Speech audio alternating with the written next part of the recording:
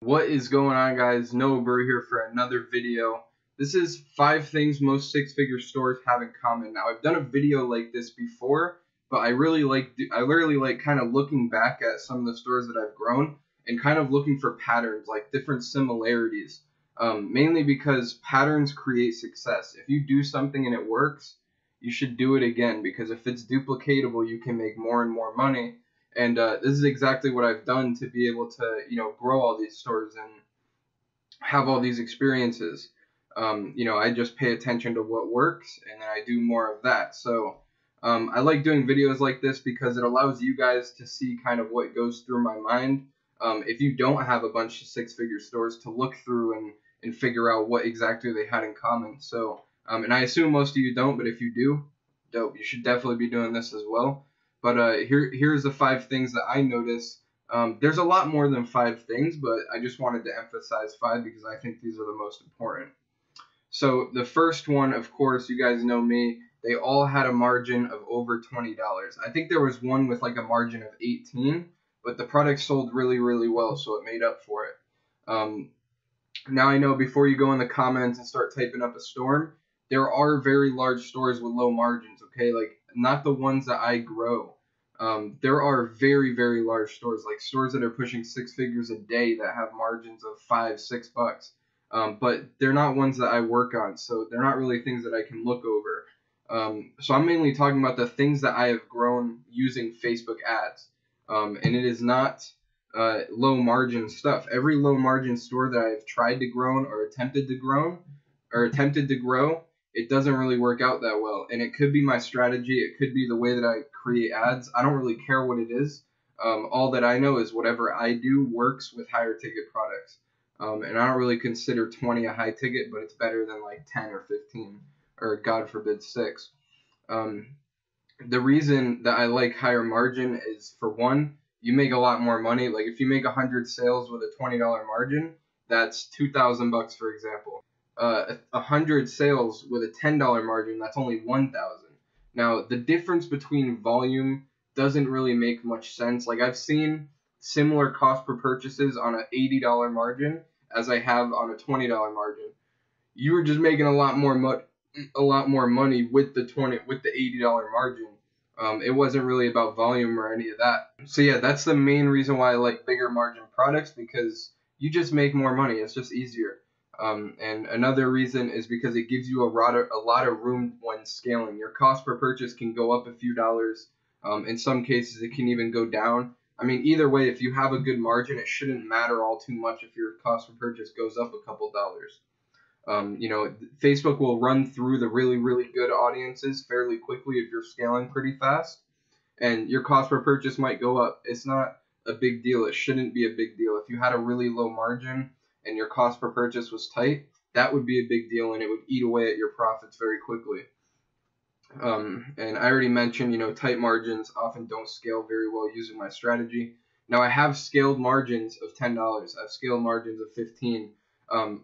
To a lot of sales, 50 or 100 sales a day, but you just don't make a lot of money. Like, I was making more money from another store making 12 sales a day. So it just didn't make sense. It took the same amount of time. So number 2 is scarcity. So like, all the 6-figure stores that I've grown use scarcity to drive sales, period. This is the number 1 most common thing that absolutely everybody does, even multi-5-figure stores, like everything. And different examples of this is like limited time sales, 50% off today only, seasonal sales, like if you want to say like summer blowout or fall season sale, something like that. Countdown timers. Not everybody uses countdown timers, but these are just a few examples. So scarcity is very important, and I try to implement it in all the stores that I grow and attempt to grow. The third one, and this is not common across all of the stores that I've grown. So not every single store has reviews, okay? But I think reviews are very important, and if you can add reviews, it'll increase your conversion rate. And I've proved this across multiple stores, where it was like the second biggest store that I grew, or the second store that I grew to 6 figures, we didn't have reviews. And one of the biggest things that took us from doing 2,000 a day to 5,000 a day was actually adding those reviews. I think the day after we added reviews, we started doing 5K a day. Now, this was a mixture of the ads doing really well and the reviews. So it's not like you're going to add reviews and it's like a magical powder that's going to blow your store up. But I do think that reviews had something to do with our sales going up. So what you want to do is you want to try to have at least 5 reviews with pictures if possible. Okay, and I say 5 because it's a good diversity of people. It's not like you have 1 or 2.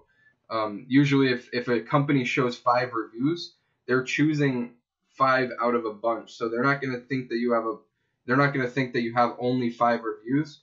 They're going to think that those are your best reviews, right? So a lot of people say that you should have as many reviews as possible, like 20, 30 reviews if you can.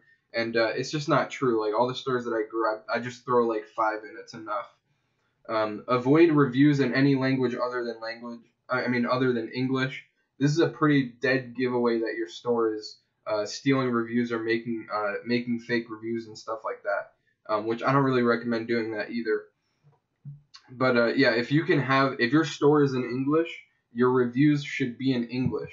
It's not going to make sense if your store is English and your reviews are written like in Russian or something random.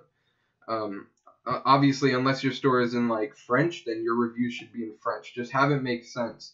There's been so many times when I've seen stores with just random reviews and you can't even understand them. And when you import them from AliExpress, they're like half English and half Russian, and they're not even good. And another thing that is also good that you should try to have, I didn't write it here, but an image in the review, like a customer image. Like they get the item, they take a picture of the box, or they take a picture of the item, or they take a picture of them using it or something. Those are also really good. And a few of the 6-figure stores that I grew actually used Luke's. And this allows you, and I actually use it on my store as well, this allows you to kind of import reviews straight from the supplier page. And you can pick and choose. Like it doesn't, like most of them will just kind of throw all the reviews onto your website and just paste them on there. This one actually allows you to kind of pick and choose which ones you want. And you can filter by language. So if you only want reviews in English, it will only show you the reviews in English, and then you can read them over and click accept or decline if you want them to move over to your site. So that's very cool. The 4th one is bad customer service. I can tell you a big percentage of the stores that I grew have had bad customer service. And it's not exactly my fault because most of them I was only in charge of running the Facebook advertising. But the client was supposed to be handling everything on their side. And bad customer service is a death sentence when you're drop shipping because you don't have the benefit of fast shipping time. You don't have the benefit of, giving a lot of refunds or anything because it could hurt your bottom line. But if you have bad customer service, then you just failed all aspects of having a good e-commerce store. It's okay to drop ship. It's okay to have long shipping times, okay? But people are going to complain about it. And if you have bad service as well, it's just unethical. People are going to come to you like, hey, where's my item? Where is this? Don't just ignore them. Message them back. Make them feel like they're buying from a company.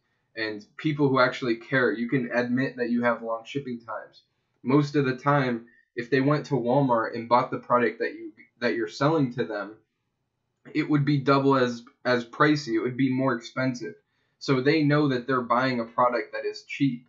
Okay, they know that you can say like, hey, one of the reasons why we're able to offer these products so cheap is because of the shipping times. And this is something that I like about High Ticket as well, because you're able to sell a product for $100, $150 that they can't find anywhere else for less than $200 or $300.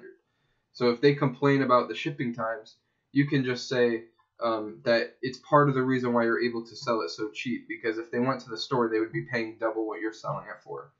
And another thing is if, the second you find a winning product, you should come up with a customer service plan.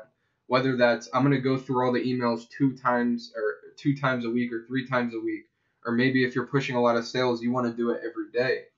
But some sort of service plan. And if you plan on hiring somebody to do it, hire somebody to do it. I recommend Upwork.com. You can make a job listing and just kind of say exactly what you're looking for, and you'll get a bunch of applications and you can choose from a bunch of people. And if you're doing it yourself, be genuine. You're talking to real people like me who are ordering something offline, and if they have a genuine concern, handle it. You know, this is like a disappointed customer is just another chance for you to make it right and have a good review. I've had horrible products, horrible shipping times, but their customer service was so good that I was still apt to write them a good review. I just had a tripod break on me, and I messaged them and they said, "Yeah, order another one. It's fine." And just the mere fact that they wrote me back and told me to get another one, they didn't give me a discount or they didn't give it to me for free or anything, but it was because I put it in my bag. It wasn't a big deal. And they reached out to me and told me that it happens. But it's a $30 tripod. Like, I wasn't expecting anything insane. Like, I was kind of expecting it to break and it lasted me a couple months. Like, I'm a genuine person. I'm not out to get them because their tripod broke. I understand that for $30 you can only offer a certain quality. And if I just throw it in my bag, it could break. It's not a big deal. So when people are buying your products, they understand the same thing too. These are real people, okay? So number 5 is very rarely, I've never actually seen it be a hit or miss situation. Meaning it's never somebody just kind of throws something up and hopes that it works, and it does actually work. Usually it's a result of consistent product research and consistent testing to find the winner, and then once they have the winner, it's a result of having a strategy and following the strategy. And if certain aspects of the strategy don't work out, then kind of editing it a little bit or changing something and making it work.